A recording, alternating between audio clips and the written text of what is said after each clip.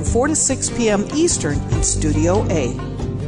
I discuss government, health, metaphysics, suppressed science, universal mysteries, little-known incredible facts, alternative energies, and even more than you can imagine.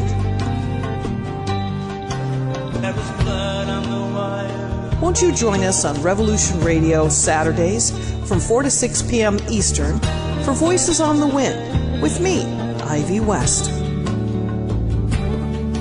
There are lives in the balance, people under fire, children at the cannons. Because if your head's in the sand, your tail is a target. You've just recreated the worst possible nightmare.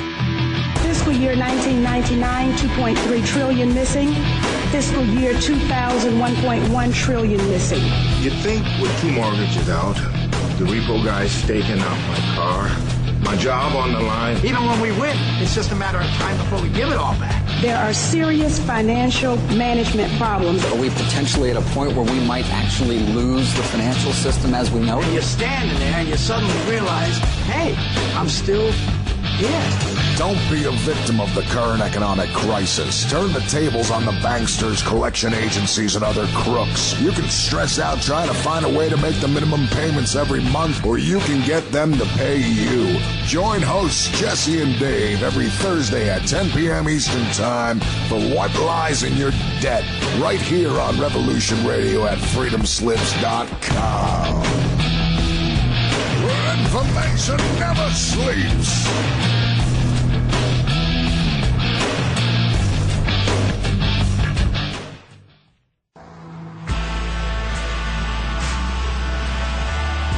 Don't unlock doors you're not prepared to go through. Hi, this is Angela Black, your host for our new show on Revolution Radio, World Horizon. Join me and the World Horizon team for the most up-to-date global news show on the net. We bring you fresh perspectives from around the globe without the constraints of mainstream media filters. World Horizon airs on freedomslips.com every Monday through Friday at 7 a.m. to 10 a.m. Eastern Time and is rebroadcast on our own Studio B weekdays from 2 p.m. to 5 p.m. Eastern. You can also catch our shows on YouTube whenever you want at youtube.com/Free Revolution Radio. See you there. That's World Horizon on Revolution Radio at freedomslips.com. Where information never sleeps.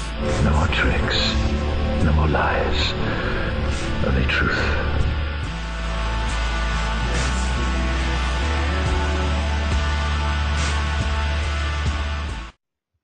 Good evening and welcome to Researchers on a Mission Radio. I'm your host, Joe Kiernan.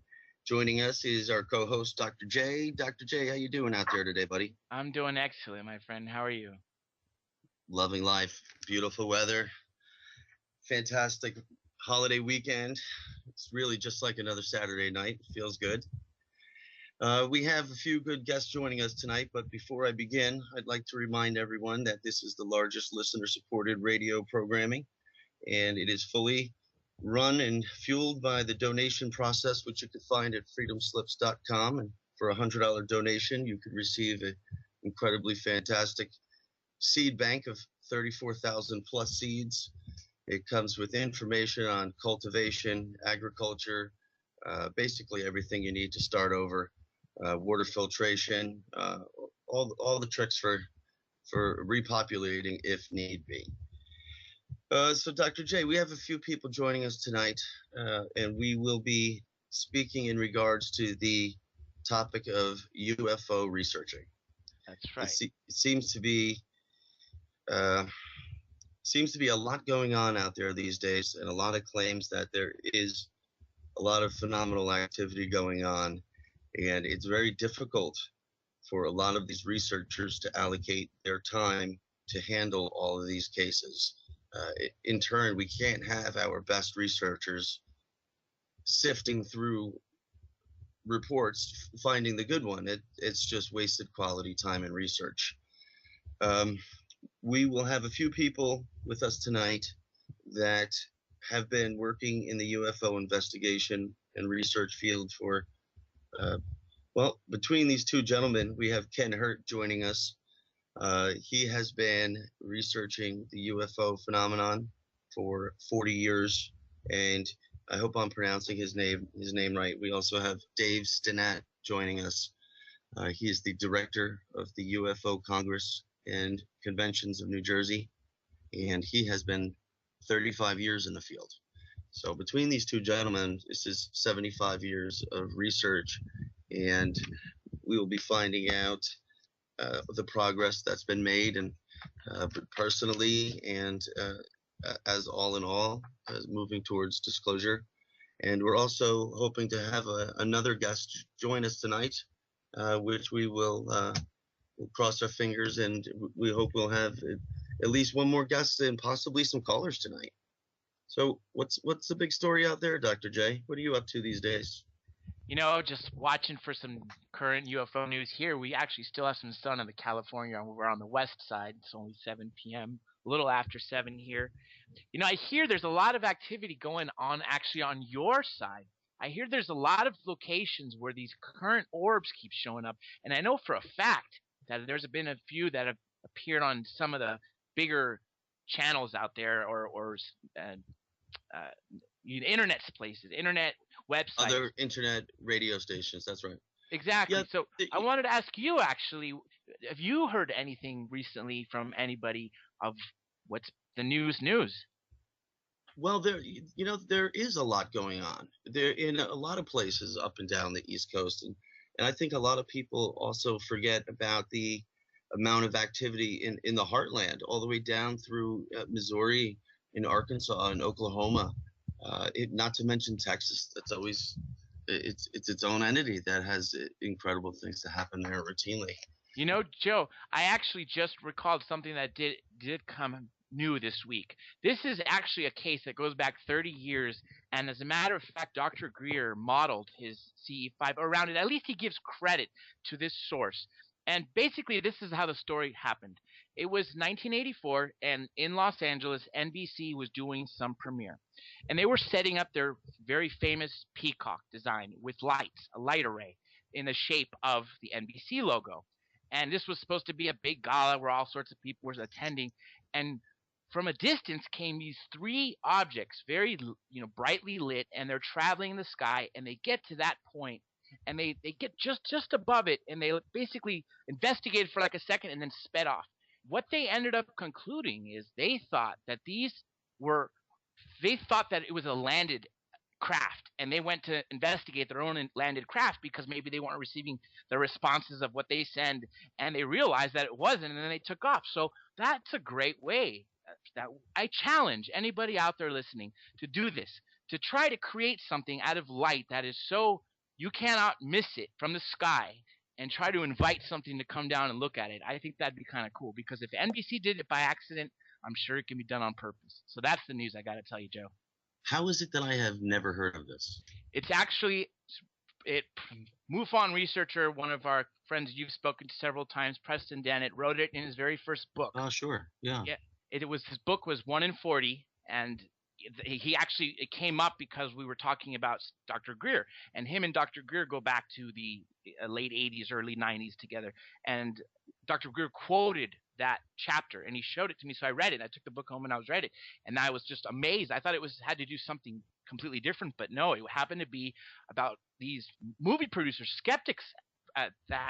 They were skeptics until this event happened, but after that, they sure as hell weren't. That's for sure. I was just speaking to Preston the other day, and I had mentioned to him that I was looking forward to reading a book that he wrote, UFOs Over New York, and I'm trying to catch up on a lot of his work. And I mentioned to him I had no idea he had written so many books. And it always seems to be, lately, I don't know why, but it's the 1980s cases. I'm just hearing over and over about the Hudson Valley cases of New York in the mid to early 80s. And I was just speaking to someone the other day who really hasn't spoken up too much about it over the years, but it's just still completely involved in everything that he experienced there. And another gentleman, Al Santariega, spoke to him several times through email correspondence, and That guy routinely has things going on, and he's still in the Hudson Valley area. So there really still is a lot of things that go on, and there again, we just need more researchers on it. We need more people lending a hand. We're open to help out. I mean, as a matter of fact, Dr. J, you know I've been doing this for a while, and I didn't mention this in the before shows, but I have a Ustream channel also, and it's under R.O.A.M Radio. It's under now, and the only reason I mention that is there are some nights here that there are really some incredible lights reported in the area, and so I have a fixed webcam that will broadcast 24 hours a day. At least I try to keep it up 24 hours a day. And the last few nights, there has been amazing things on there. And I don't do it for profit. I don't profit from it. I don't charge for anyone to go on there. I personally don't even run ads on my YouTube videos. It's all for everyone, all the time, in my opinion. And if anyone who is in an area who wishes they could really help out, maybe they wanted an opportunity to look for lights in the sky from wherever they are, where maybe there's not a lot of UFO activity. It's very helpful for me, for other people to look at it and then send me a message on maybe, hey, at 9:38 last night I saw incredible lights. I can go back and review that and give them the opportunity of making a discovery or possibly contributing. I mean, that's really what it is. There's a lot of people interested. How can they contribute? Because it's really going to take everyone, and there has to be a way that everyone can reach each other. I wish there was a better networking. I wish there was just more accepting of a social networking that could really help steer people in the right direction, because there's quite a few areas, I believe, in this country right now where people are filming and recording phenomenal activity that they've been ridiculed prior, and it really puts a bad taste in their mouth when that's who they turn to for some direction and insight. And usually they're treated with ridicule prior to reaching out. So we just have to make sure that we're encouraging. And although I'm sure a lot of these UFO reports become very monotonous and very routine, and it's very easy to categorize them and sort them in a business. This is a different situation because a lot of these people tend to be quite reserved in a lot of their initial reports. So if we could only find a better way, there's a lot of people out there that would like to lend a hand contributing by researching. I know there are organizations such as MUFON. You can go and register and be a MUFON registered investigator, and they're always welcome to the help. And there's a lot of other agencies, NUFORC. There's plenty of contributions that everyone can do. So we're really trying to reach out to everyone who would like to help. And then we also want to speak to the people, of course, who are experiencing things and trying to record them better. And they might not have a good camera. There's one particular person named, I'll just give the first name, Kelly, in Bristol, England. She's unable to retrieve her files from her computer right now, and it would be very essential to get those files, but right now she's just unable to replace that computer. And as soon as we could get that replaced or a way to extract those files for her, we're going to rock and roll. But there's quite a few people out there that need help, and there's a bunch that like to give help. So if we could just find out some way, and of course it's going to take some kindness and understanding, but everyone together will definitely move it forward. Just, we can't be so resistant, and we have to be welcoming and understanding, although it becomes very mundane. So with that said, I wanted to bring in a couple people here, Doc. Mm-hmm. What we have is we have two great investigators, many years in the field, and they're on different paths, although with areas that come up, and the more you research, the better the questions become, and the only thing you really find out is you have 10 more questions. And I'm sure our guests tonight will know all about that. And maybe we could talk to them about why they've gone down the paths they have gone and what the road over the years has been in such a field. Dave STINNET, are you there? Yeah, I'm here, Joe. How are you tonight, Dave?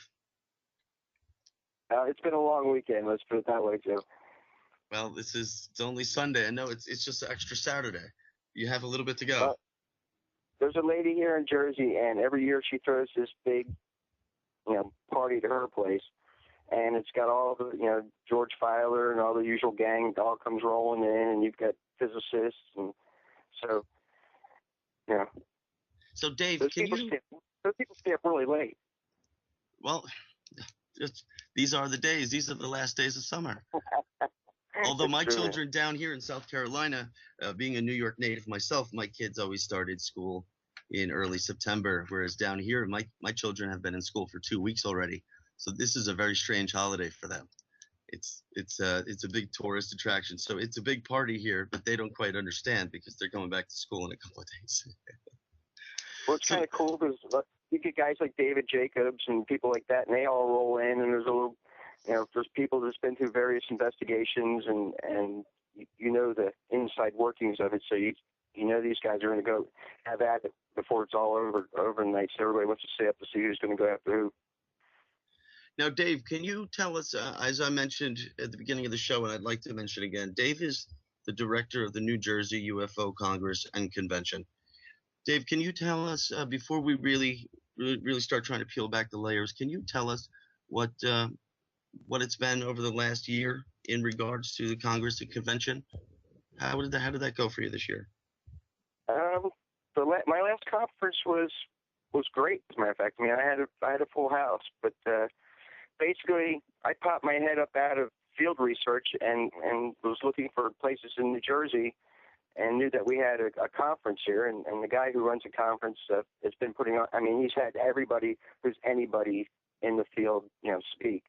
So, fantastic. Knowing that it kind of started popping my head up in his conferences, and going to his monthly meetings and getting to know all the people, and they basically are like, what's going on. And last year they made me the director of the whole shooting match, basically. So our monthly meetings have been packed at the library in Hamilton, New Jersey, first Wednesday of every month. But attendance has been really good. This whole thing kind of takes a swing. It's a roller coaster ride. People get a lot of interest in it, and it kind of tapers off, and they get more interest, and it tapers off. But things have been really popping worldwide, and I think people are aware of it. So more people are looking into it, see if somebody has an answer for what's going on. Well, has there been a lot of reports in the last few months out of New Jersey? There were a lot of reports about 6 to 9 months ago, and they were down near the Atlantic City area, and they were having a lot of reports of orange lights, orange orbs, things of that nature.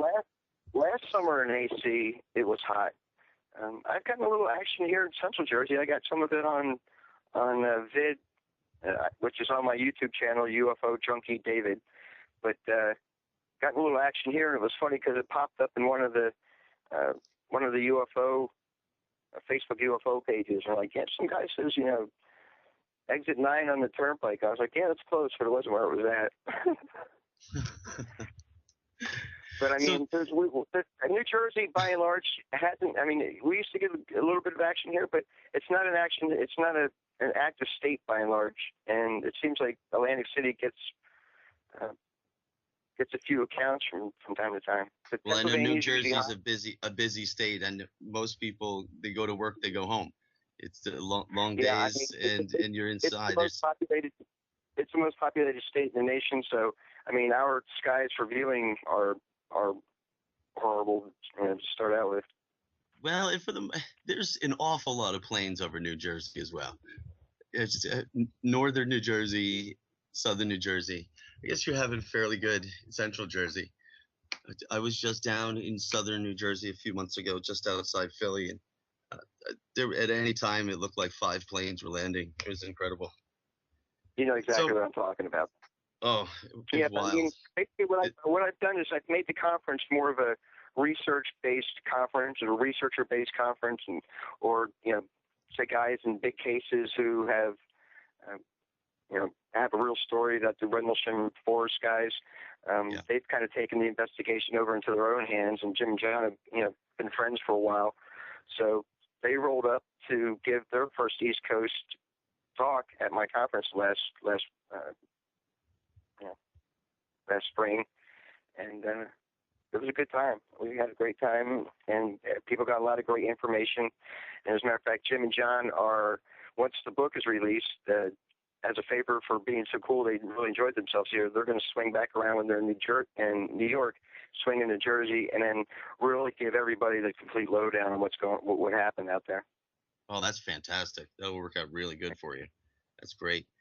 There was a few things I wanted to specifically get to, but Dave, can you tell us what got you started in the UFO field? What was the catalyst that got you going? As a kid, I mean, I'm almost 50 at this point in the game. My whole generation grew up on, UFOs, Bigfoot, and ghosts, crying out loud, And I always thought Ted Phillips had like the coolest job on the planet, And I'm fortunate now because Ted is a good friend of mine, and I get invited down to his area. Missouri is always hot. It seems like it's always got a lot of action going on, but it's always been one of those things. And at this party last night, I was talking to this woman, and she was picking my brains because I guess I was the resident authority and things, and I was just like, it's still one of the things that fires my imagination. It really puts. In order to do ufology properly, you have to know pretty much every discipline that there is. You have to know your history, your archaeology. You have to know your biblical stuff. There's so much. It touches on so many fields that, I call it 360-degree ufology. And I'm lucky because I've got guys, like I said, like George Filer and George Hansen, and Graham Bethune was part of the conference, Congress. I mean, we've had great researchers in the New Jersey Congress, so I've been fortunate because I've been able to see these guys and talk to these guys and eat and hang out with these guys. So you can pick their brains, but you also get a better flavor of what really goes on in ufology, and the ufology that people generally get on YouTube and Facebook isn't the real deal. I mean, most ufologists and people do a lot of field work, because that's the deal. You find out where it's active, and you travel there on your own time and your own dime and your vacation time, and you're eating skinny and living skinny all week long, so you have money to go to this an active area and try to film it and see what's going on, see if it's it's what you think it is, and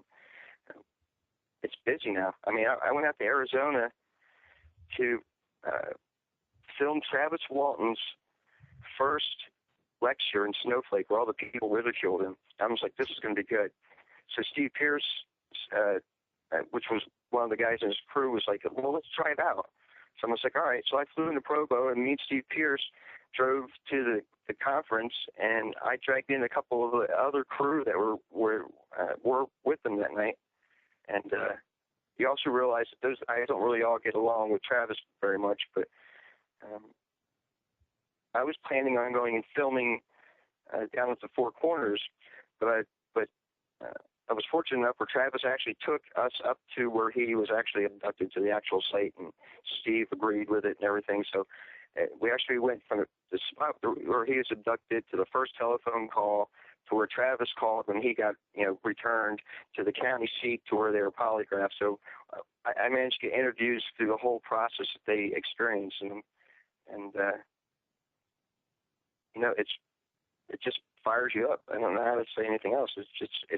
It can be very exciting, but on the other hand, it can be like watching paint dry, because you come to somebody calls and says, I had some big red ball floating around my neighborhood, and it happens here like every other night, and you'll go there after work and sit in that neighborhood with your night vision, and nothing will happen. And then the night that you leave, people call you and say, hey, it was back here tonight. And why is that, Dave? Why is that? That is so common, but it's so relative to me. I could understand that, but why is that? After a while, you get like little spidey senses, about when it's going to be hot and when it's not going to be hot. And Allison is only a couple hours away from my mountain house up near Penn State. So after I came back, because I didn't get into the action out west, which is what I kind of wanted to do, I called Allison. I'm just like, you guys going out?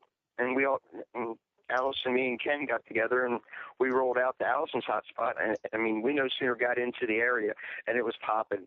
And there was one right there as we were coming in, and we all, stopped the car and scrambled for our cameras, and we didn't realize it because we're all jacked up. This guy comes out of his house and he goes, "Hey, what's going on? Why is everybody on my lawn?" And I kind of pointed up, and he's like, "What's that?" So Allison had to soft sell this guy what we were doing. That we're filming and researching what you're looking at. Right. And but the rest of the night it was popping. And some of the time, some of the stuff you can see, some of it you can't see. Allison would use her really good third generation night scope and say, "Hey, there's one over here," because you couldn't see it with your eyes.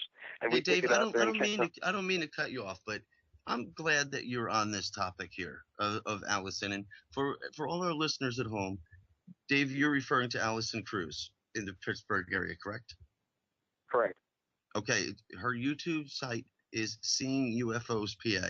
If anyone wants to go and take a look at these videos that Dave was just mentioning, she does have fantastic videos. Dave, I also have Ken joining us tonight. I'm going to try to bring him in a moment here. And Ken also, I believe you have met Ken before, Mr. Ken Hurt. Is that correct? Oh, yeah, Ken was out with us at the same time. So it was Ken, Allison, and myself out filming these things. Great. Ken, are you there with us? Yes, I'm here. Can you hear me? I can hear you, but you're very quiet. Okay, let me get the phone up closer. How's that? I hear you a little better. I have Mr. Dave STINNET with us. Dave, is that correct? Is it pronounced STINNET? Yeah, you got it, Jeff. Okay. Well, you could just call me Dave. You got it, Dave. You got it. We were just touching on the activity out by Allison KRUSE, out where you are there as well, Ken. Can you just set up for us what the experiences have been there prior to Dave arriving there? You've been dealing with that area for a little while now. Is that correct? Correct. I saw my first one here in this area in 2008. It was the summer of 2000. Actually, the summer of 2009. Me and my best friend were night fishing in Verona, PA, which is just over and under the hill. It's right on the Allegheny River, and it's real close to Murraysville, where the high area is in the Penn Hills area. And we saw about 100 yards from us one of the orange orbs come out of a tree, and it was about I'd say the tree is probably about 50 feet high or so. It came out and moved straight it was in front of us. It moved to our left and hovered over the river for a minute. I don't know if it was checking us out or not. I don't have a clue. Didn't get any feeling that it was, but it might have been. There was two of us, and there was a bunch of kids on the docks behind us too. So it wasn't just the two of us. There was a lot more people there, and we were fishing, no drinking and no drugging or anything like that. And the ball of light comes out of the tree and hovers over the river for about a minute, and then slowly starts moving up the river. And as it does, it goes up in elevation, and then I would say around 1,000 feet, it just starts patrolling in big, huge circles. Can you estimate the size of the object? It was beach ball size. Gotcha. Glowing, obviously. The pulsating, throbbing orange color. Ken, the best way I can describe Dr. J and I watched a few of the videos again. We wanted to be fresh on them while we were here together. Is this one of the videos that I see where the orb appears to be in the trees? Is this similar to those? On my YouTube channel you're talking about? Yes. Are those the ones that go behind the trees? Right, it's behind the tree. It's not in it. Okay. There's a short clip that I took just because they look so eerie when they're slowly moving. It looks like it's through the tree, but it's actually behind the tree. But I saved that and posted it. It's like a 16-second clip just because it looks so eerie to me. gives me You know, freedom. one thing a lot of people ask me, and I'm sure you get it as well. Can you just let people at home know what kind of cameras you're working with? Because there's so many people out there that are new to this, and there really are so many different kinds of cameras. What are you working with there, Ken? I'm for the night vision. I'm working with a Yukon Ranger 5x42. I have the same one. A monocular, right? Okay, yeah, we have the exact same one. And I have a mini DVR that I hook up to it so I can record. It's like an MP5 or so. It's really this is MP5. It does a little bit of everything. It's got a radio on it. You can play the TV on it, but and you can do the high quality. But of course, with night vision, you're not going to get. So that's the recording device you use for your night vision. Yeah, it's a mini DVR. It's called a Zopid or something like that. I bought it from Zopid.com for like $50. It was on sale. It was originally like $130. I got it for $50, and it's still that same price right now as we speak. I checked it the other day. Dave sent it the link. He wanted to look at it. Wow, there you go. Thank you very much about that. And the color camera I have a Sony Handycam, AVC high definition progressive. This thing records so good that you can make Blu-ray DVDs off of it. Wow. It's HDR PJ710 is the model number. That is not a beginner camera. No, it's not, and I'm still learning it. Believe me, and I have to read the manual all the time. But it also has night shot on it too. So that's what I really liked about it also. And when I use it during the daytime when I'm sky fishing, I have a 950 nanometer infrared filter that I use, and I put on the Yukon, and I'll also put on the Sony cam too, so I can catch the UFOs that fly around during the daytime that are invisible to the naked eye. How is that working out for you? Great. If you look at my YouTube channel, I have marked, I believe. Let me look at it right now. Yes, there's let us know where to look for that. Daytime. Okay, at the youtube.com/user/HurtKen/videos, and that's HurtKen is my username. Just my You name. really should look at Ken's videos. He has some amazing footage that he's been getting in the last recent months, and Ken, you really are doing really good work. I'm trying hard, and I'm just a baby in the field. I'm learning and asking all kinds of questions. It's a great help. It's so modest of you to say that. It's so modest of you, considering when we had last spoke, you had mentioned that you're 40 years into the field. Yeah. It's hard to consider you're a baby. Not in the field. 40 years sitting in the armchair reading a book on UFO phenomena and related subjects, and on the computer every day for 12 hours a day. Since the internet started up, that's the kind of researcher I was. And I got fed up, got lucky, got some inheritance money, was able to buy this equipment to be able to do what I'm doing now. Now, there's a lot of people out there that would say you're really not you're doing a decent job as you're really not a credible researcher unless you have a few initials after your name or you have degrees to go with it. I'm sure you disagree with that fully, because once someone is heart set on a topic like this, it's as if nothing can get in their way, and information is very easy to absorb at that point, and you could really learn a lot really fast.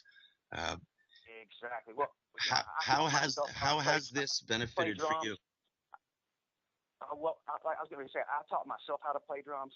I'm teaching myself how to be an out in the field ufologist with a little help from my friends.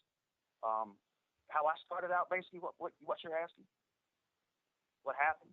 I'm sorry, I missed the question. Yeah. No, well, more importantly, I steered away from the topic on you. Can you tell us more about these orbs that you're capturing on night vision? Can you tell us what are they doing? What do they appear to be working on? Are they working on something? Is it routine? Well, I'm going to be blunt and tell you exactly what I think, because I call it like I see it. And this is the pattern that we see. Around 9:30 or so, once the sun goes down and it's set really good, the little sentry blinkies, as we call them sometimes, they'll fake like a star or a planet, and they'll hang out and they'll just hover, and they're lookouts. What they're doing, they're watching out. After a few, the orange orbs will finally appear out of nowhere, and they start patrolling. They start moving around. Not fast, not slow. Ken, there's a lot of average people. pace. There's a lot of people out there that say 99% of these claims of orange orbs is something military, flare, or just a small little military. Do you agree that's possible? Right. Some of it, sure. Definitely anything's possible. I'm sure some of them are. The ones that I'm seeing out there with my own two eyes, seeing it on a flat screen or watching a video is nothing to compare to seeing it with your own eyes and what it's doing. If you see anything like the ones I saw, I agree. I'm telling you, if we had the technology of a little ball of light can fall out in the sky real quick, it looks like a bubble, and then turn into a beach ball sized ball of throbbing, pulsing light, is the best way to describe it, and then start patrolling around while it has lookouts, and then morph into a fake helicopter or a fake plane. I don't see why we don't rule the world right now. We should be if we have technology like that. We have Joe? Yes. I was going to say that one film, that one clip you put up the other night where they just kind of one illuminated after the other, and it was like a triangle. Yes. That's also another characteristic. It's another characteristic we see all the time. They just kind of blink in, and they'll hang there, and then boom, they'll blink back out, or they'll blink in, they'll travel a little bit, maybe they'll drop a couple little smaller ones, and they'll case the place and swing around, and then return back to that, and they'll travel a little bit, and boom, they'll blink back out. So you put up that one footage the other night, and I said, I want to see more of that. Yeah, I remember the exact one. I remember that comment. Yeah, I do remember that video. That happens frequently. If you go to my YouTube page, it's under my name, Joe Kiernan. You can see a lot of these. Just type in anything with orange orbs. And I really didn't want to spend much time talking about that. But in relative, Dave, these orange orbs, they do just that. And although I also have decent camera gear, it really doesn't quite show you how close these things really are. It's very hard to give any kind of depth perception on a light in a sky. And I understand that. And I'm just working really hard on multiple cameras, multiple angles, so we could possibly get a measurement on it. Well, the thing is, people out there, and they're going to beat your brains out over this. That's just how this field works, and you're going to have to get used to it. And everybody out there who gets into this and gets up off their duff and goes out and does this stuff like we do it, you're just going to have to take. You're going to have to take the flack, and I tell people, and they'll wail on you for that type of thing on your YouTube channel. Like, there's no perspective. We can't see if there's trees or there's mountains. It's like, listen, I'm telling you what's going on here. This is take or leave it proposition. This is what we're getting. This is a raw footage. You can decide for yourself. But we're going to put this up there, and the trick is, Joe, is just to catch as much data as possible and get it out there. And that's what everybody across the world is trying to do right now. And I think it's starting to have an effect. People are starting to realize, hey, there's a lot of this going on.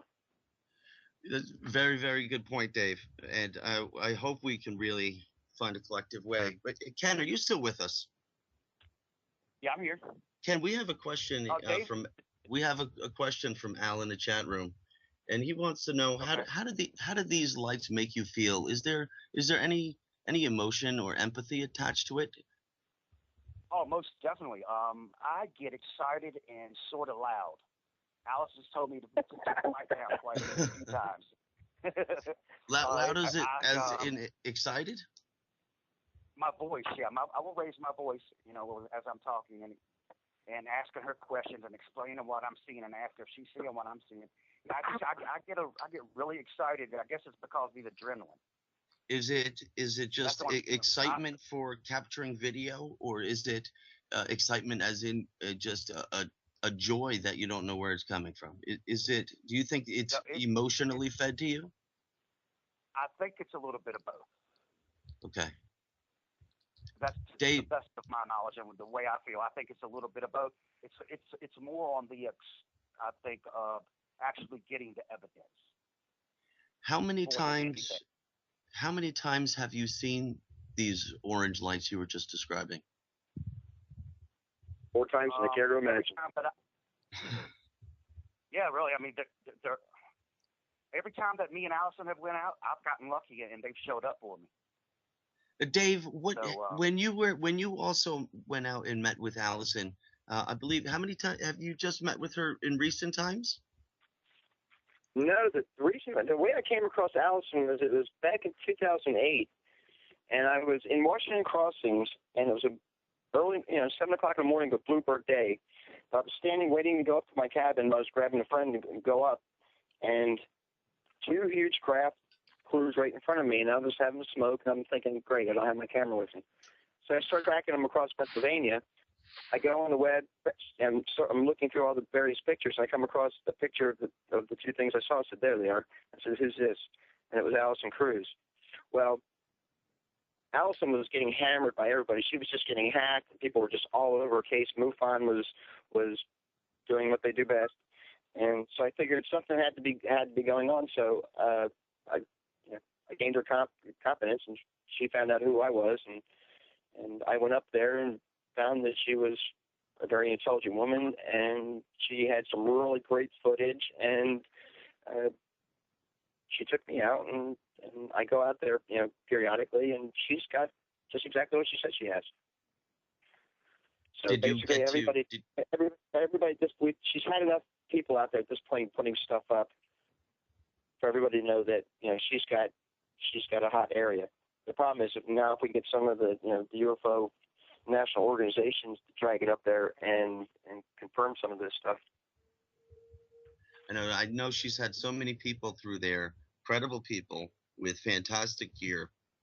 I really don't know how much better gear we can get in there sometimes, but Allison has great gear. I mean, most of the field research, independent guys like myself, and I've been, when Gulf Breeze is happening, you would go down to Gulf Breeze. When a spot was happening, the UFO researchers in my time would go to where it was happening, and for the life of me, and Allison and I giggle about this all the time, in the 80s, if this was going on in the area like it is now, everybody and her brother would be there trying to film this stuff. But Allison's got a good area, and it's like we're pulling teeth to get people come out and see what we're seeing.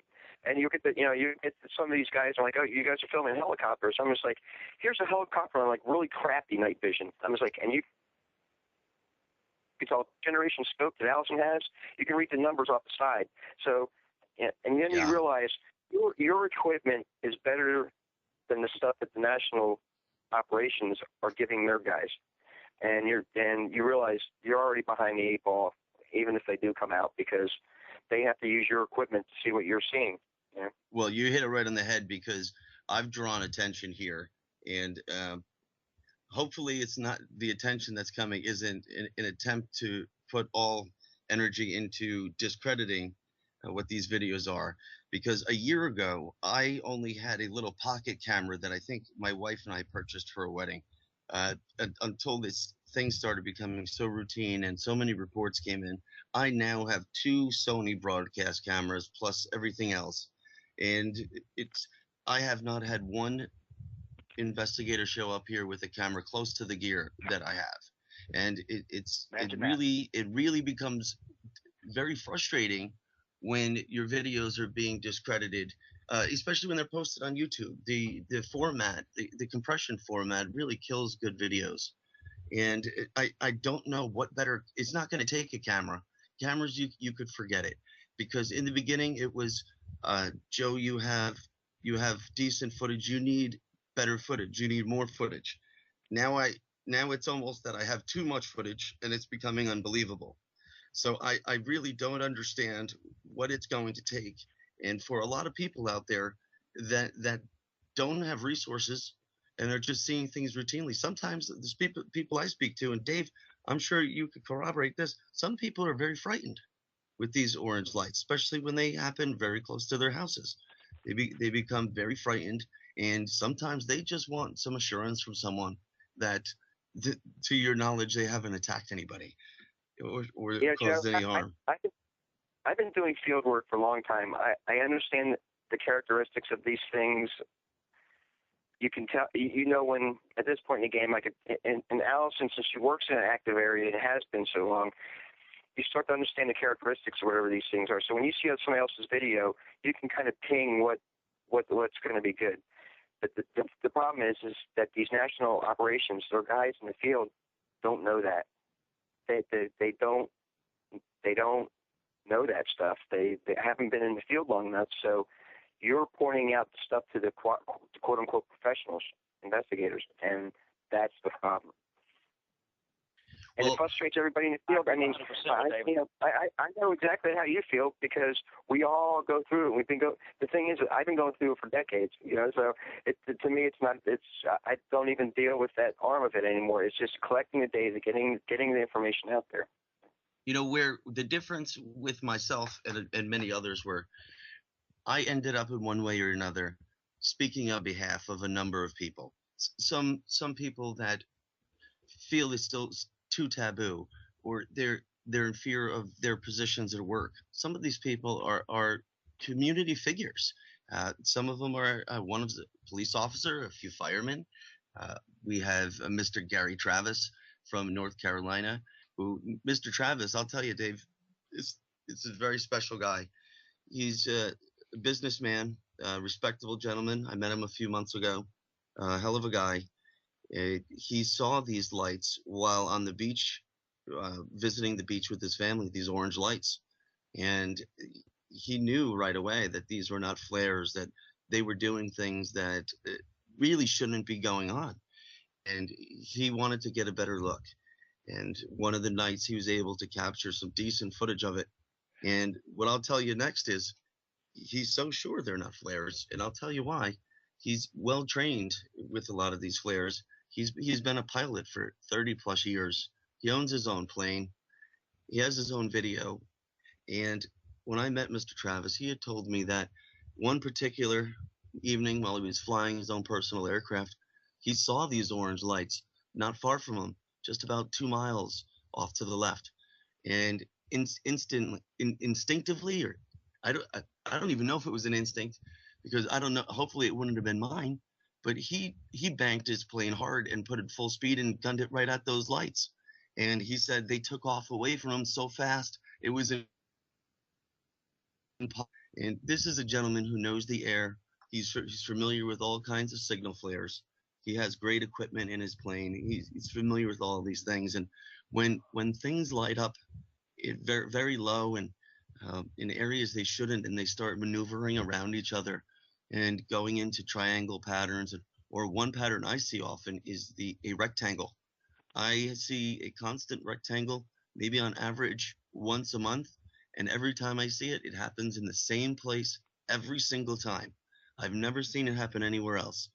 And I've captured it on... The thing with this, too, is that it's part of the phenomena that all the ridicule and all that stuff, I mean, we know it's out there, but they've been studying this for a long time, and there's a tinfoil hat measure to this, because you can, like, I was at a big national, sales dinner, and the conversation got slow, and somebody piped up saying, "Hey, Dave's a UFO investigator," and everybody has a big laugh, and it's all giggle and stuff like that, and maybe they'd say little stuff. But when the table breaks up and everybody kind of goes on to just socializing, every one of those people will come up to you and give you their account, and and you see how this works. I mean, there's something innate about this where people don't want to either deal with it or something. I mean, I've taken girls out when I was in my 20s to active areas, and you'll get people. I mean, you just put it into people that either get really scared of this. It really freaks them out, and they want to go, and they want to go now. And you get people who are, "Ooh, no, that's really cool," and it doesn't seem to bother them. And you'll get other people who will start to cry, like they've just lost their monkey, and you're like, "What's going on?" But it affects the phenomena. It affects everybody differently, and maybe that scares people where they don't want to have to deal with it, and they don't want to have to talk about it. And I have a ton of these people that I deal with, and these are very intelligent people, but they're like, I wasn't sure what I was seeing, and I didn't say anything to my husband, and he was sitting in the seat right next to me, and the husband hadn't said anything to her, but later on, finally, she confessed to the husband. It was like, I was thinking the same thing. I didn't want to say anything because I thought you'd think I was crazy. So it's all part of the phenomenon. It's every researcher will end up having their frustration point where they're just like, what goes on with this thing? If a saucer landed in the middle of traffic on rush hour, people wouldn't be concerned that there's a flying saucer there. They'd be concerned because they want to get home so they can watch the Knicks game or something like that. You know, and you wonder what's going on here. Why is that part of this phenomenon? Why isn't it getting more press? Yeah. Well, David's right. Joe, can I oh, speak Ken, in please take. I know break you in want here and this say one. something? I know you do. Go for it. Okay, David Stinnett is 100% exactly right. People got their head in the sand. There's an absurdity built into the phenomenon, and I believe it's there to keep us confused and keep people's heads in the sand. I'm going to give you a quote from one of my favorite ufologists. His name is Jacques Vallée, and he is a doctor. And quote, he says, human beings are under the control of a strange force that bends them in absurd ways, forcing them to play a role in a bizarre game of deception. And when I say that, read it, look at it, I get chill bumps. My gut tells me that I think he's pretty much got it right. And he does. What David just said is 100% right. And I think Jacques Vallée is one of the closest people to ever hit the nail on the head. The man thinks outside of the box, and if anybody has not read his books, read his papers, they need to get on the internet and do it as fast as they can. Some of the books are one of the first ones that I read. Thank God that I read some of his stuff first before I got polluted by all the junk and disinformation that's out there right now. But and that's still, I get fooled sometimes too. We all do, and it's part of the game. Well, Ken, it is a frustration that it's tough to come over, but the people that really persevere through it, they usually end up doing a lot of researching on their own. Hello. Yes, hello, Allison. Are you with us? Yes, hello, I am. Sorry, thank you. No, it's fine. Dave, Ken, we finally got a hold of Allison, and we're happy to have her here. Allison, we were talking just about your case just for the last few minutes here. We're really happy you could call in and join us tonight. How are you? I'm fine. Sorry, I got stuck doing some other things. I have a business to run. I understand. I'm just very grateful you could join us because we have Dave and Ken on the show that you know, and they have a lot of your case in common. It was so funny because earlier today I was talking to someone about you, Allison, and I said I was excited that Allison might call into the show tonight, and she's been such a good friend to me. And it's so strange the way technology is, because I said she's such a good friend, but yet I've never spoken to her and I've never met her. But if you could all hang out, we're just going to take a break right now. We'll be back in a few minutes, and just stay tuned and stay with us for Research on a Mission Radio.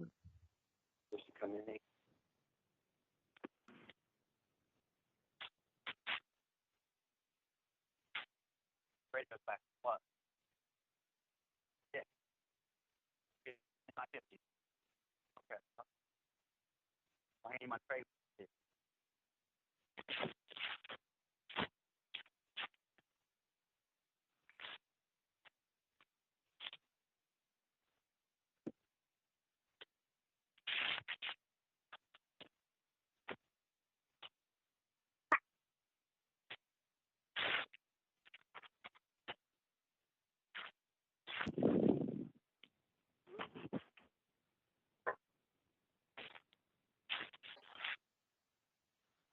Good evening, everyone. Welcome back to Researchers on a Mission Radio. I'm the host, Joe Kieran. We got our main man, Dr. J, on the West Coast. Dr. J, are you still with us tonight? Absolutely, Andy, of course.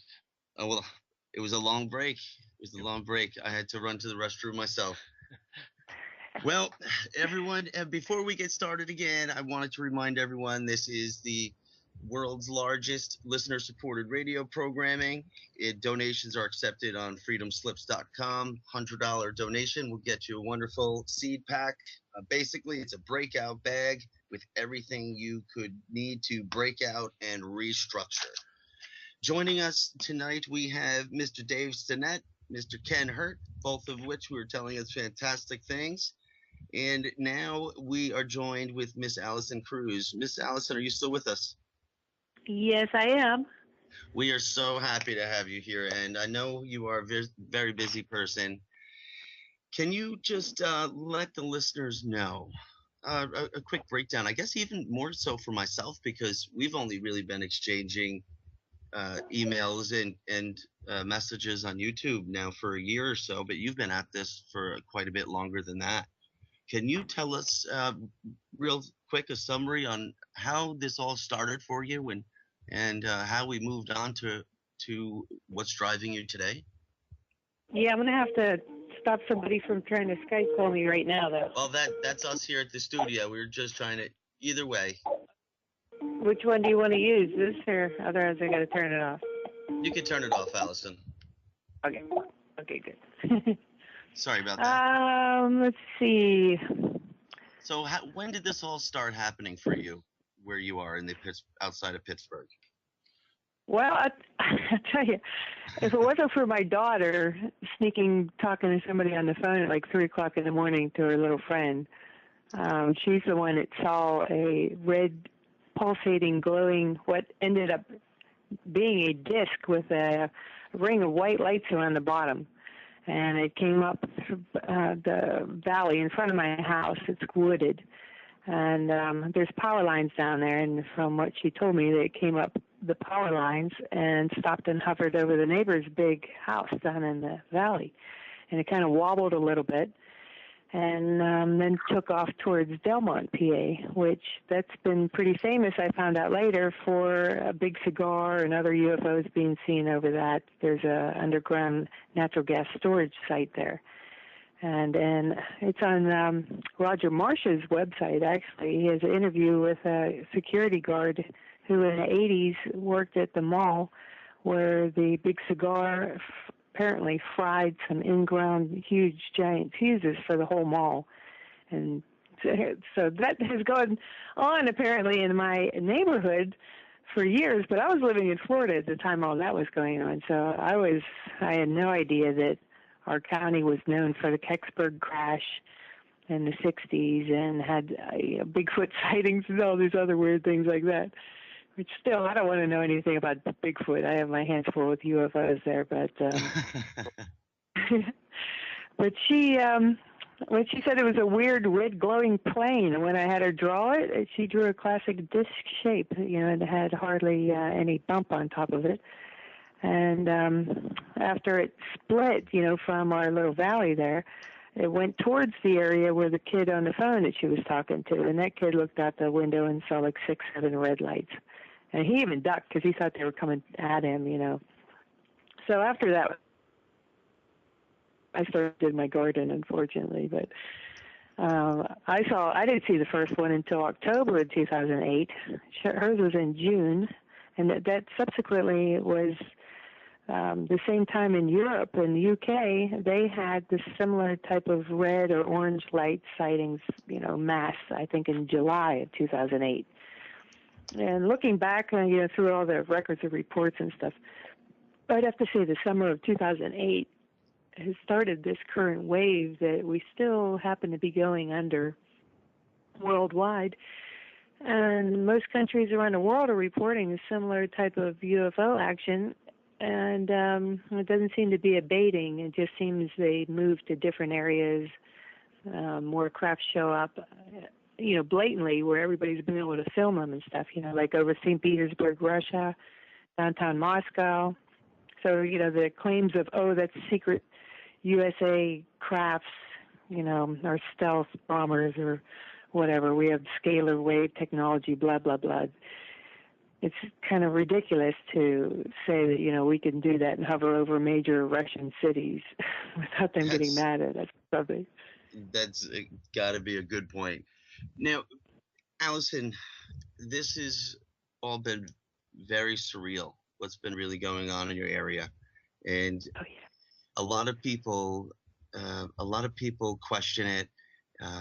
They're very they really put you on the defense quite a bit. I'm sure it's been very difficult for you to constantly push on and keep trying to get your message. Are you still met with such resistance on a lot of your claims? No, because there's so many other people.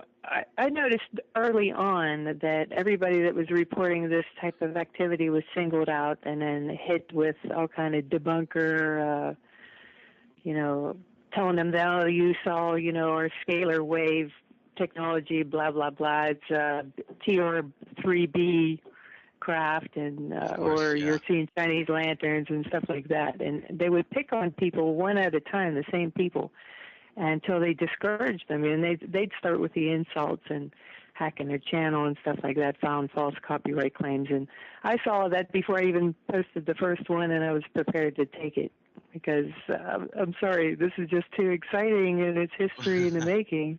I think that's to let somebody, ridicule you and try to make you feel bad, so you shut up about it. I know. I don't know why it happens, but it sure does, and it did happen to me in the beginning. And you were one of the people for me in the beginning that was very encouraging. And I think it was your encouraging words, and you were asking me a lot of questions to see if it was any relativeness to what you were seeing. And it was driving me to look for other things, and made it more interesting, because the more I looked, the more I was finding. And I couldn't believe how many things I had been oblivious to. And I know you have helped a lot of people, and Ken and Dave had fantastic things to say. Now, have you made a lot of progress, do you feel, in the avenues of doing a lot of your own private researching? Have you been researching and looking into things that really isn't customary between other UFO investigators? Well, I pretty much, I went with a blank slate and just tried to apply my logic skills to it. First, I started poring over all the past reports, going back to like the 70s, because that's when I heard that these are similar crafts. So I ran across many instances that sounded similar, because these things, they can morph their shape. People would describe seeing one shape, and somebody, a mile away says, no, it looked different than that. And it just took all like building a puzzle. You have to look at every piece, and then you try to fit the pieces together. And the main thing that I found that sounded the most similar was the famous Pine Bush, New York cases, and that was investigated in depth. And I still haven't read the book because I don't want to taint my own findings, in case they're different. Is that Hynek's book? No, that's with Duckle, both of them. I think she did it first, and then he discovered her stuff, and he found that they were doing fake mimic engine sounds, as well as what might turn out to be holograms and not physical shape-shifting.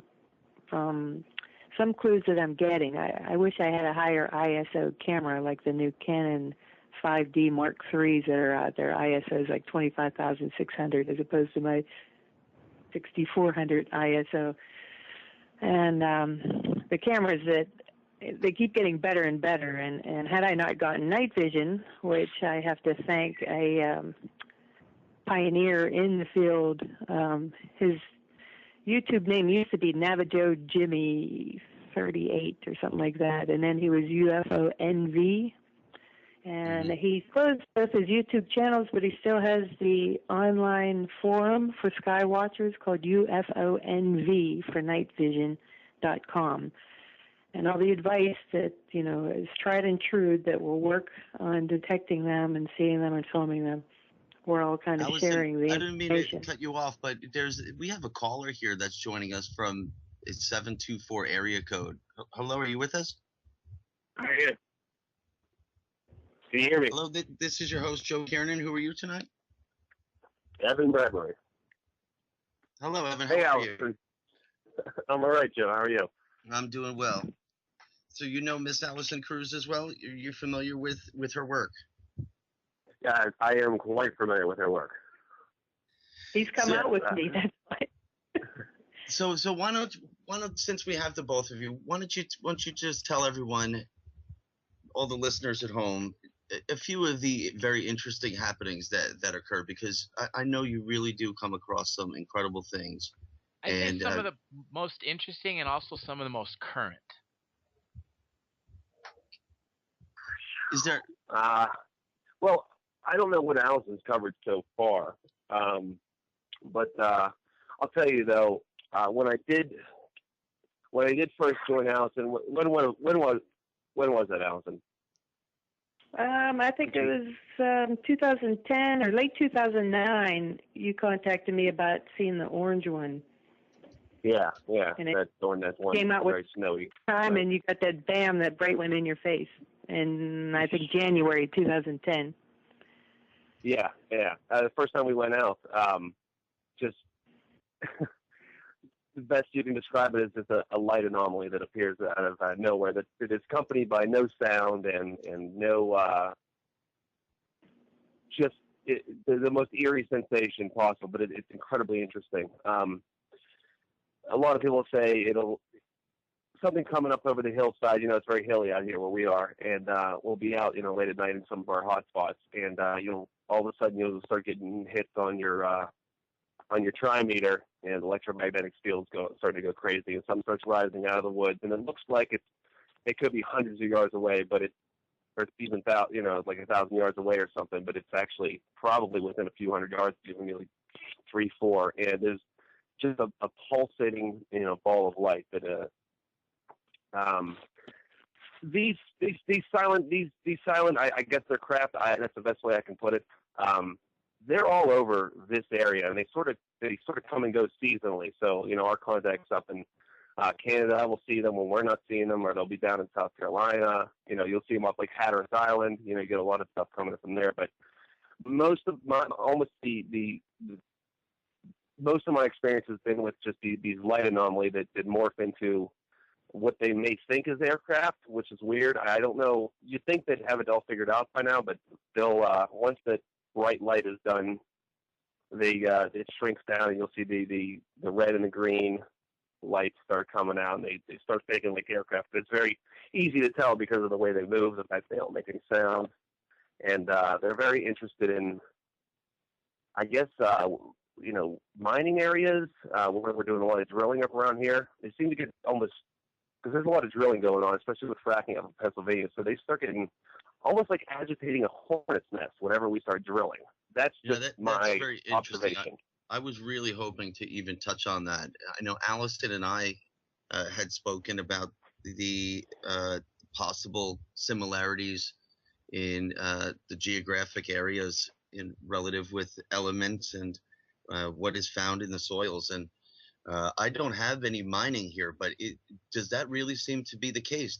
When there is drilling and mining, do you really think that there is a high draw at that point? Yeah, I do. Especially in Texas, the name of the place is eluding me right now, but there's actually video of guys at a drilling well, and they're watching the things. They're hovering like it's watching them.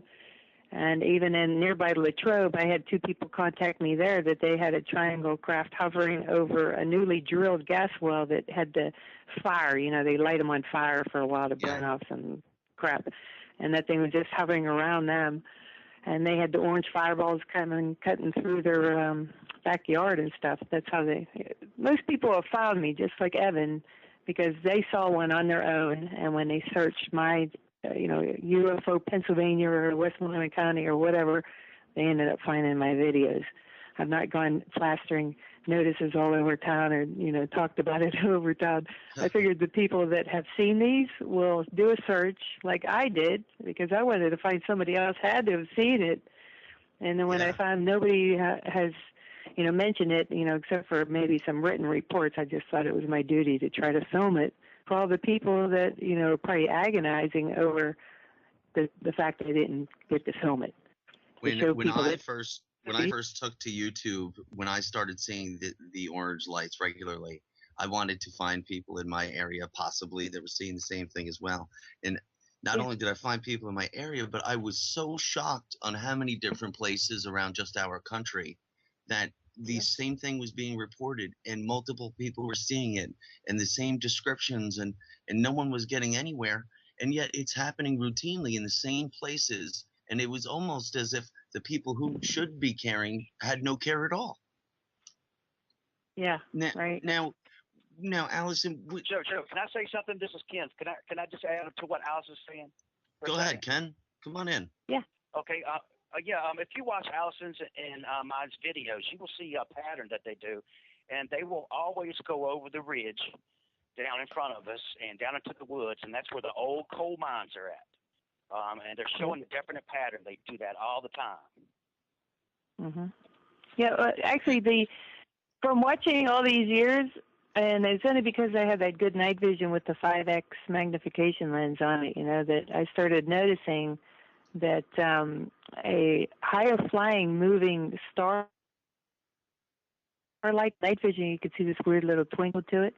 And if you keep watching, it's moving really, really slow, and it will come over the area that they frequent the most. And when that stops, I start looking to the woods down below it that I've seen them in so many times, and that's when one will flare up. Now, we've had opportunities in the past, because the city lights are behind me where my only observation point I have left. All the other places have been sold on me. Before I would get a different angle, and I could actually see the little spheres kind of float down from that fake poofing star, we call it. And sometimes in the summertime, you could see it in the daytime. And a nearby resident, Rhonda, her YouTube channel is Rhonda UFOs.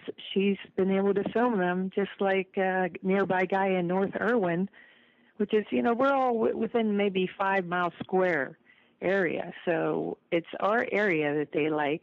Now, there's a landfill right near those coal mine woods, and that's rumored to have nuclear waste from Westinghouse Nuclear Research snuck and buried at the bottom of it.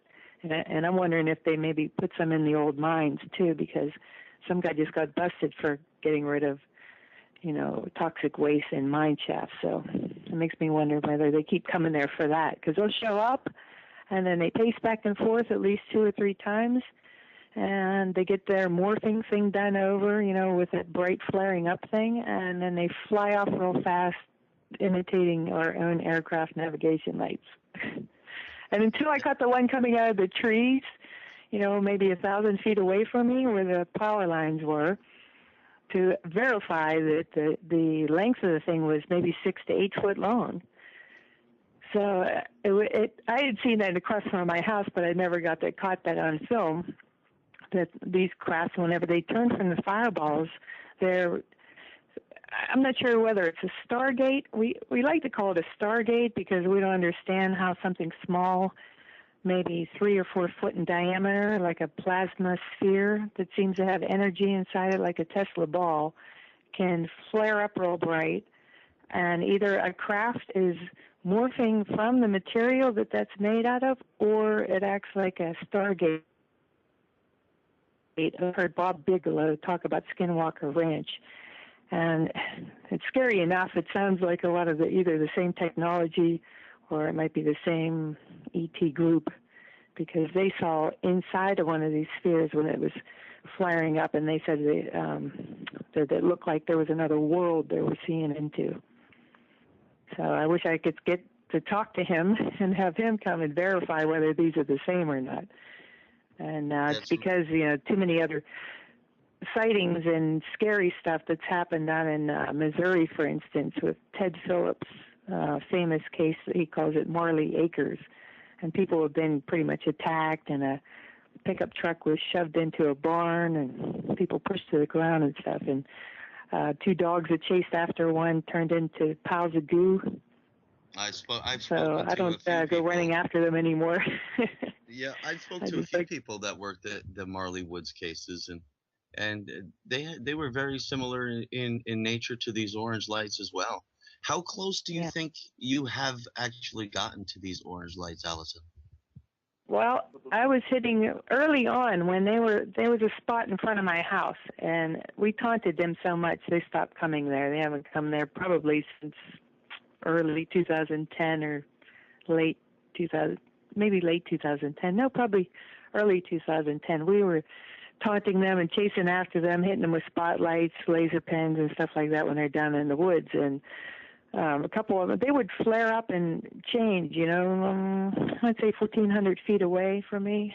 And, I'd taunt them with the laser thing, and they would never respond. But I did have a fuzzy dark green sphere orb thing about the size of a soccer ball, maybe basketball, drop down, straight down from the sky, come almost to a stop, but went invisible several feet off the surface of my deck. I'd say maybe 8 feet away from me. And I could see it in a corner of my eye coming down and then disappearing. I didn't have night vision then, but I knew that it was there. And I even talked to it. I said, look, I know I'm not worthy, not on your level, technological advancement, maybe spiritual, but I'd really be honored to meet you because I know you're sneaking around here and, you've been detected. So, I could tell everybody there's nothing to worry about if you, introduce yourself at the very least. But, it occurred to me maybe they just didn't understand what I said or anything because nothing happened. There was no reaction at all? No reaction at all, no. It was like it came to see what I was doing. They don't seem to be interested in watching, or either they don't care, but they seem to have a job to do, clearly, because they're so systematic with everything they do. Yeah. But they don't seem interested in being watched or being contacted at all. They have some sort of job they're doing, and I have a guy that killed to know what that was, but they're not interested in telling us anything about it. Oh, yeah. The obvious question is, what are they looking for? What are they doing? There's got to be something that's highly interested. You were mentioning. Go ahead, Dave. I'm sorry. I was going to say, the funny thing is, I was talking to Ted about this, and there seems to be like a demarcation line. And at least in the States, we don't seem to get as much lenticular craft, the classic flying saucer. We don't really see much of that here. Mexico seems to get a boatload of them. But in the States, we seem, somewhere like around the year 2000, we stopped getting flying saucer sightings, and we get these orb sightings instead. So I think some people are trying to wonder what the... A lot of triangles, too. Yeah, triangles are another big one. Orange triangles? Specifically orange? Yeah, they're usually black triangles. I'm sorry. Yeah, the black ones. Yeah. Okay. Allison, you were saying something? Well, I usually just kind of dismiss the black ones by and large because I figure they're some sort of craft that we have. Yeah. Right. Anytime I've seen something through a large black triangle, it really does seem to be aircraft related. However, I've heard many descriptions that are nothing like the things I've seen, so I can't speculate across the board. But there is. So let me say something. In Dr. Ellen Crystal's book, she was witnessing these triangle crafts hovering above the treetops, and they would just take a nosedive into the woods and then go into the ground and completely disappear. So, I mean, I don't know if we got that kind of technology or not. So I know some of those black triangles are ours. There's no doubt about it. I'm sure, but some of them aren't. There was actually one recent case with the black triangle, and it was a couple. They came onto a freeway, and they saw this thing over in the field, and it was just hovering. Then it would do a complete 180 flip, and they couldn't believe what they were seeing. So they came back around on the exit ramp and got back on the highway again. And this thing rose up and came over the highway, and they said a police officer was following them at that point in the game.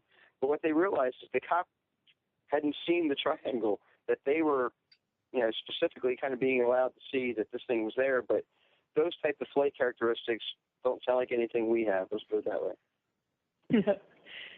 Well, I keep telling the people that are, telling me that I'm seeing TR-3Bs and stuff. I said, when you can explain to me why our secret military whatever needs to sneak down from the sky like a sphere, park in the woods, is a little sphere, then that sphere rises up, starts going crazy like plasma, cold fission, they're shining like the sun, to expand size and turn into or emerge a craft out of it so that it could sneak around with fake navigation lights just to observe our planet, then shrink back down into a sphere that shoots back up to the sky when it's done.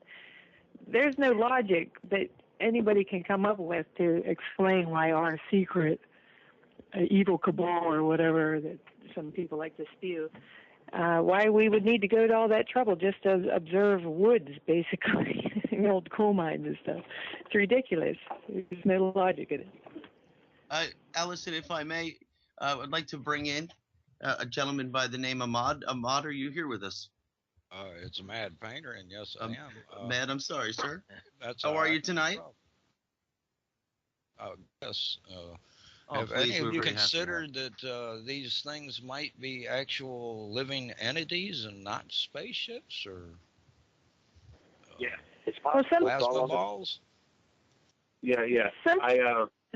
My thoughts. If you hold on,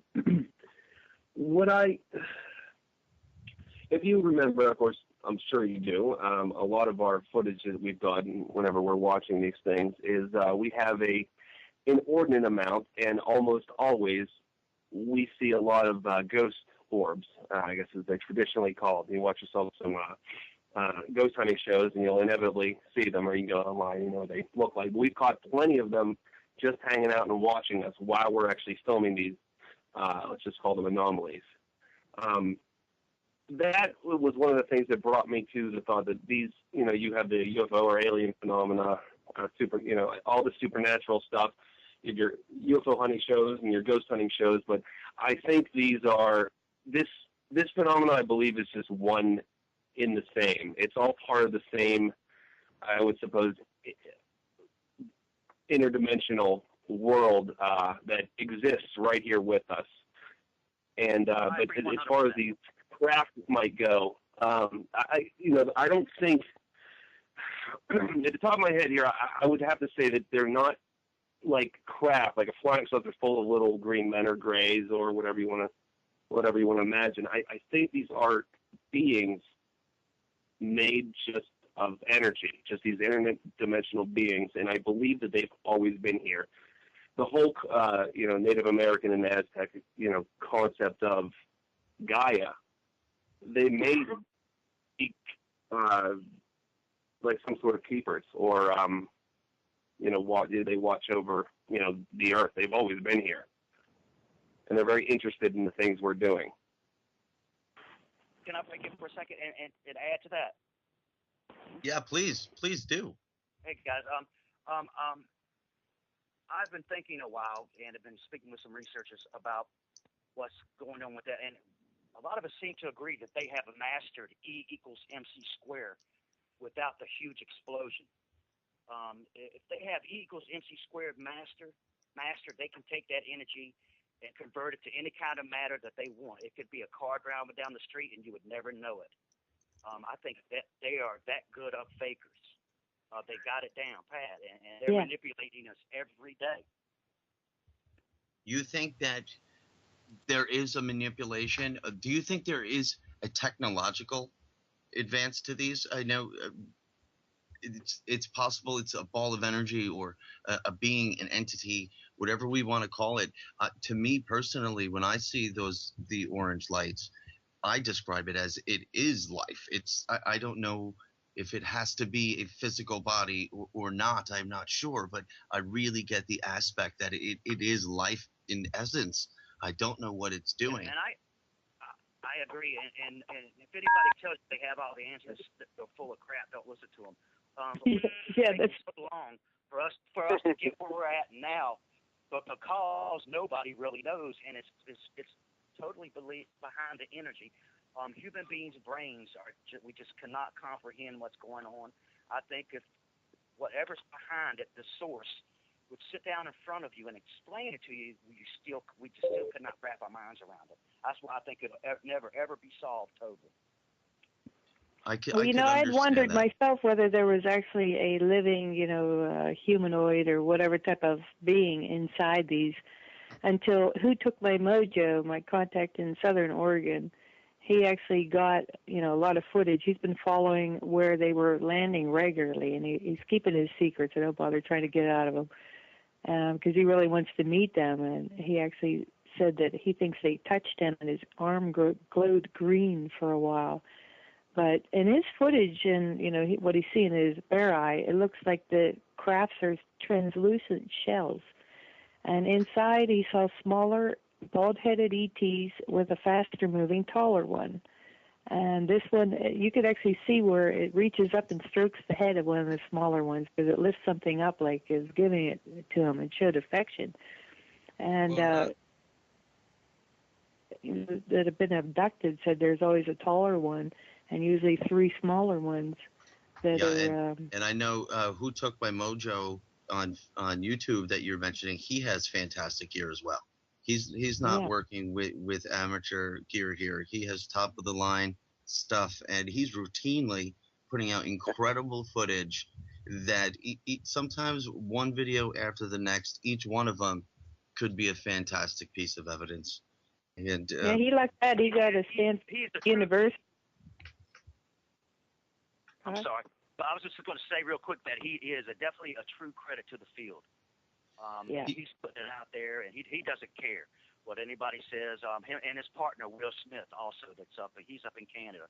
They work together, and they do very thorough work. I suggest that if you can, find them, search them out, and look at their stuff. Well, this is why we have everyone here on tonight. We would have liked to have had Who Took My Mojo. He is most likely in his location that very few people know about. And I don't blame him for it. I really don't. He has a great deal of care and respect for the area and what he's seeing. And at his point, this is why we have everyone here with all of these researchers that we do on our own. Why does he need to bring someone in? If he were to contact a national agency for UFO reporting or investigation, what could they offer him? He has some of the best gear. And he has some of the best areas, and maybe he has information that we would all like to have, but I appreciate that he's handling it with care, to be honest with you. Me too. The authorities would probably handle it with a set of handcuffs or so. Well, it could be worse. It could become a tourist attraction, and well, people don't realize that, like Walker Ranch and ranches like those used to be attractions to people like me in the 80s, where you could go to private people own these ranches, and you could roll in and catch the action that's happening every night. If you don't know or not, these ranches have been shut down by the federal government. The only way you're allowed to visit these ranches are by invite only. Is right that now right? They are. Yes, I've talked to James Gillian, and that's what they've done to him. I did not know that. I know Gillian has quite a bit going on. It's an amazing thing. Now, are they turning these ranches into a quasi military or government operation where it's almost government access or private sector work done at them? Skinwalker Ranch has security there, and they will follow you around. But it doesn't appear like there's anything like really happening there anymore. It doesn't seem like you get a ton of the anomalies. Maybe a little bit of stuff is going on, but for some reason it seems quiet. And, that's been commandeered by the authorities as well. So it seems like if there's an area that's hot and they can get the land rights to one way, shape, or form, it seems like it's done. Now, Can I make a comment about that? Oh no, please, Ken, go ahead. Bigelow or something that just bought out. MUFON bought also the Skinwalker Ranch. And yet Jesse Ventura, his conspiracy theory, his last show was on the UFOs and MUFON and the Zillionaire that bought them out. And right after that, his program cut. So he obviously stepped on some toes. Yeah, well, that's to be expected, but not for a man in his stature. He's been pretty good at dodging all the bullets and plowing through. Now, Allison, if we could get back to your area, since we have a lot of people here with us that have been able to corroborate all of this, and it's incredible for everyone. These lights that you see, how do you? Is it in a location that really doesn't get a lot of people to see them at night? Are you in a particular area, or do you have a good vantage point that gives you benefit over others to see these lights? Well, like I said, there's only one spot left now that I could actually see the many hilltops that they frequent, more than one hilltop, and every one of them have old coal mines in it. And actually seeing the aerial maps with no leaves on the trees on Flash Earth maps, I could see the patterns of the collapsed mines under that, and it seems forth over those collapsed mines whenever they do show up. And a couple vantage points are in their house at night. They usually show up 9:30 till midnight is if they're going to show up. And well, we're losing Allison a little bit. Ken, are you still with us, Ken? Yeah, I'm still here. No, it's all gone down. Well, Ken, imagine that getting cut off when we're talking about the UFO phenomenon. That happens. Well, you know, it was interesting. My next question to Allison was going to be if she's had any disruptions from anyone stopping her on her research. But I think I answered my own question there. We're going to try to reach Allison again. You know, she is a very busy person, and we all know her research is very commendable, and I surely appreciate it. But and I'm saying she's an absolute sweetheart, down to earth, salt of the earth person too. Well, you know, I hear wonderful things. Allison, are you here with us? Yeah. Allison, we lost you. There was. You're welcome. You know I mean it. There was some funny noises coming from your end. It was. Oh, geez. Are you hearing? Are you having problems with your phones? No, I was only hearing when more than one person talked, and it was kind of getting crazy. Right. Well, we really only have 15, 20 minutes tops here on the show. And Allison, I was really hoping to find out more about your area. There's messages I'm receiving here that wanted us to, basically they're asking, what is your geography like? And I know you've already mentioned that with hilltops and mines and old coal mines. I know you and I had discussed, Allison, in geography in regards to a lot of the elements, and I had mentioned in my area where I am trying to get a little better of a vantage point on these lights, the geography and element compounds are very, very high in carbon, and a lot of the rare elements, the transition metals is iridium, uranium, osmium, which is really strange because there was also very high levels of microspherules and nanodiamonds that were also present, and they're not found in surrounding areas. They're only found in the exact areas I'm interested in, and all of these were being found in your area as well. We know carbon, the old mines have plenty. Carbon has tons of microspherules and nanodiamonds, and I'm wondering if the iridium layer is exposed up by you. I know it is here. We don't have much altitude here, but I would be very interested in learning if there was any correlation in the interests of those elements, because it does seem to be the case for me. Well, we have high radon gas levels here, and the radium, uranium, mercury, aluminum is real high. There's even a pond down the road it's so high, the aluminum content you wouldn't want to swim in it. But I found on an old map that we have a rare crystal called Wurtzite, Wurtzite. And when I looked that up, Googled that, the Navy and everybody is researching that because it has the ability to withstand high voltage electricity.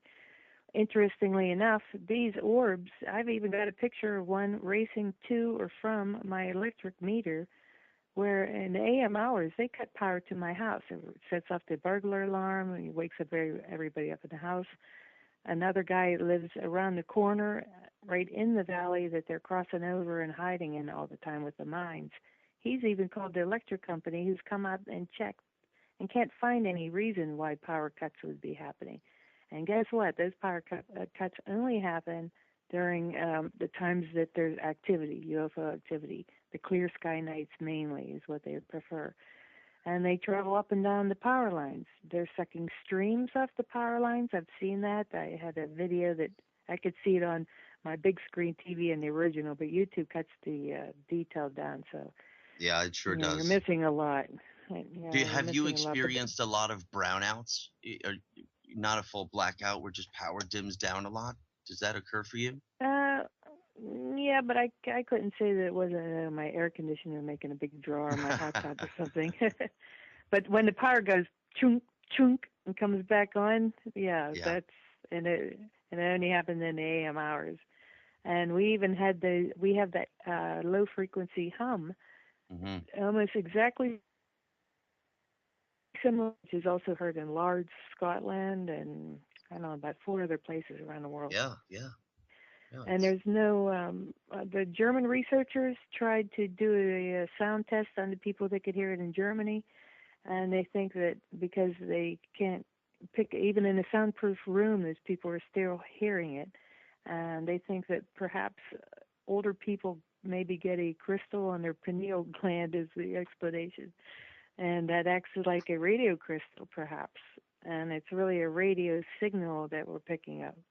And the pineal gland, our third eye, you're referring to? No, not third eye. I don't know what you call it. I prefer just to call it. I sure don't call it that. No, I've been hearing a lot about that in the last few weeks. It's funny you should bring that up, though. But now, Joe, I have a question for Allison real quick. Please go ahead, Ted. The orbs suck electricity. Allison, I remember seeing that video, and is it the little golf ball white size orbs that are doing that? No, they're about soccer ball. Is about the smallest I've ever seen them. And I could hold my roof cam. I got a $300 roof cam that has illuminators that go at like 220 feet. Creepy. Yeah, but when I'd see it, when them flying around your house. Yeah, when I'd see that on the roof cam, I'd run out with a flash camera and hold it over my head and make it flash, and I could see it bounce off that sucker real time, 30 feet off my. One time. Yeah. Right. You said that when you were taking pictures of me and David that night, and you were getting orbs around me. That was just how strange. Now, just real quick about one night I was camping. It was 1 a.m. I couldn't sleep. Turned the radio on. I know it was 1 a.m. because the news comes on at the top of the hour, and Coast to Coast AM was coming on. What a coincidence. And about 10 feet away from me, I noticed a flash out of the corner of my eye peripheral as I was lighting a cigarette. And it kind of freaked me out, and I looked, and as I started to turn back to look back away from it and back inside my tent, I saw a small golf ball size milky white orb come out of the ground and fly up into the air and take a sharp right.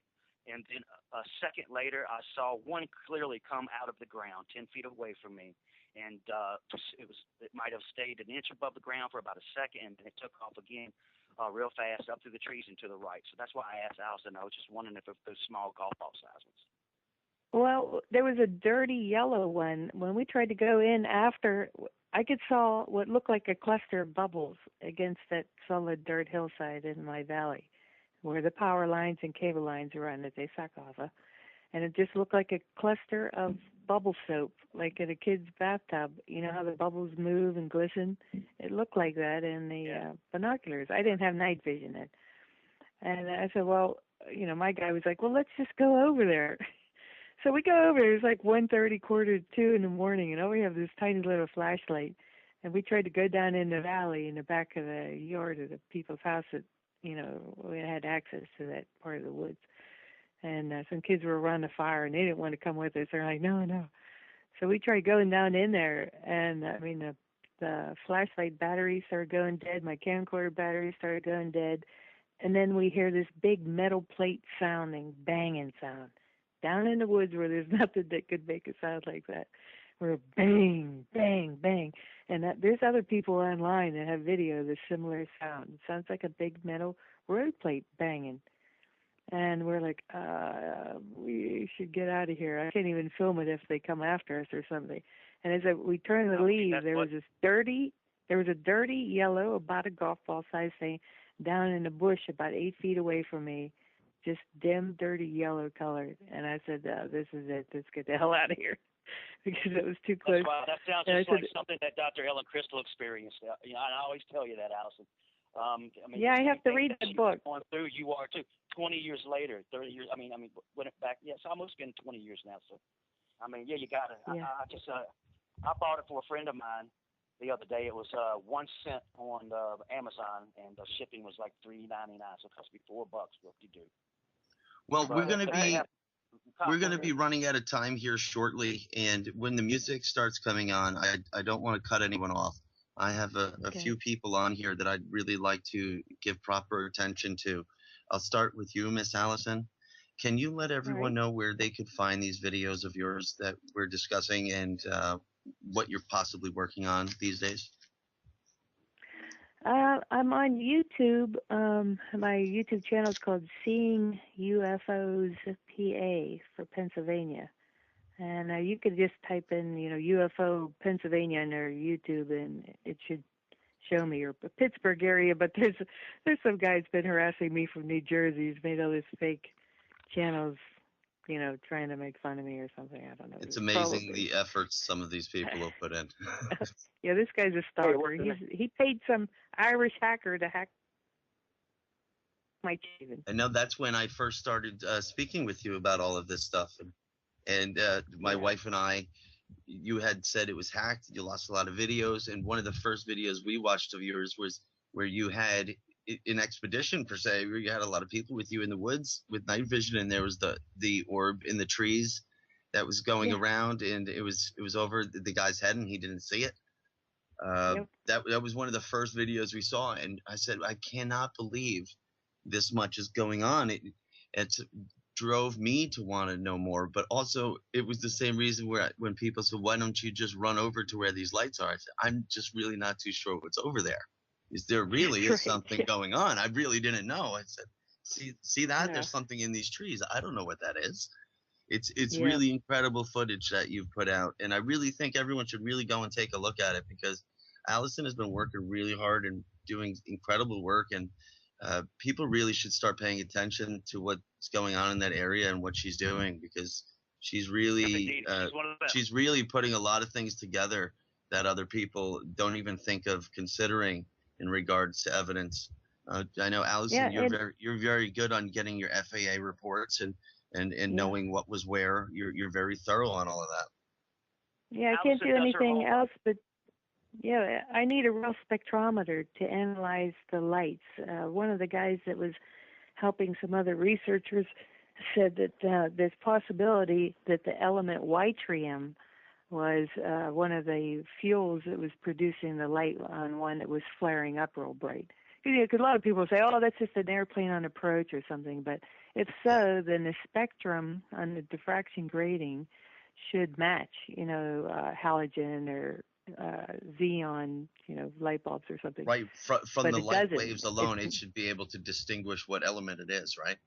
Right. But these are multiple elements, and when they sparkle and they flare up multiple colors, they're throwing out different elements when they're doing that, because when I take different slices of the spectra, it gives me, a different graph on but I need a better thing, than something used for solar or, looking at stars, because this is obviously not no one else is really doing is pioneering work that really needs more attention, and it's a shame everyone can't collectively work together and pool our resources. Well, the Hestdale in Norway, Norway scientists, they are trying to do it. I wish I had, a branch here that I could, contact. I've been in touch with and comparing notes and things with Erling Strand, the Hestdale Norway scientist, and we're trying to figure out what we could use, and he's given me some advice on some other equipment.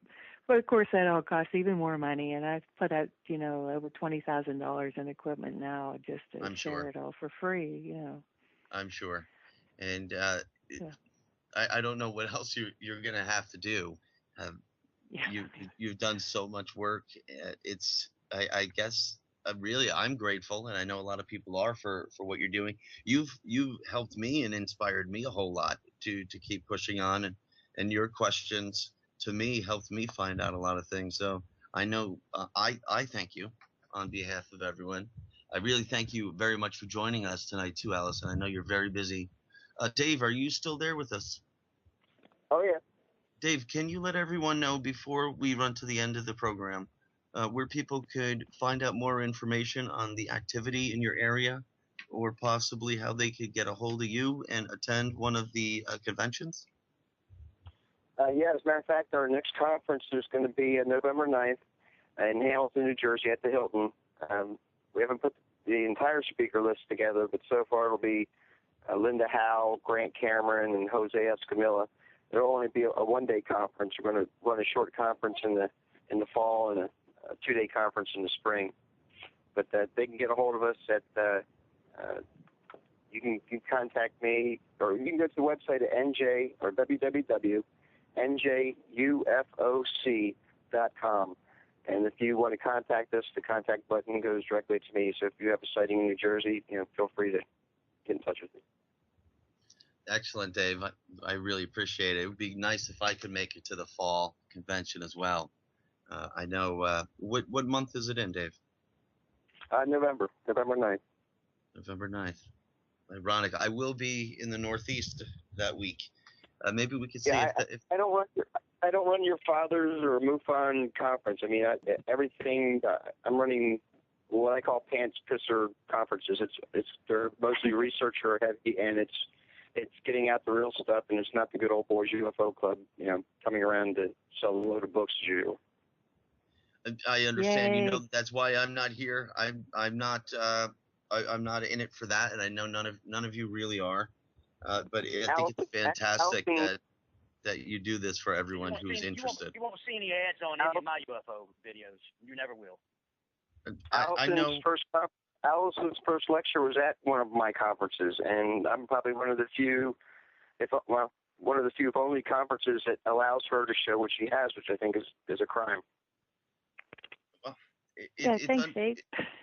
I agree with you 100%. There really needs to be more attention on what's happening right now, and if we could only pull everyone together, the whole collective mind of everyone. It's incredible what we can do, because we find out a lot of things about cases from 50 years ago that, frankly, I really don't even care about. They're fantastic stories, and they do help build credibility towards other things these days. But we really need people hitting the ground and researching these things that are happening right now, because you're welcoming so many people with an opportunity that they can't get anywhere else. And I'm astounded that there aren't organizations, Allison, that wanted to come in there and get a real close look at what you're seeing, or possibly go to where these things are. I would love to be able to lend some assistance to you, but you have incredible gear, and I really don't know what it's going to take. Well, actually, I have a list of what it would take, but it's going to take probably several more $1,000s for remote setups to be placed, to triangulate the area of activity, because they obviously detect us humans, and they don't show up whenever we're trying to sneak up on them. It's impossible. So do you think what's really needed is bigger public awareness of it? Yeah. I agree, Dave. I agree. I don't even know why it's still so taboo to talk to. And the community is fairly small by and large. But I mean, like I said, my monthly meetings are packed, and people are coming out now, and this is you kind of hit it with when the iron's hot. So. Yeah. I mean, there are a lot of people out there that are interested. We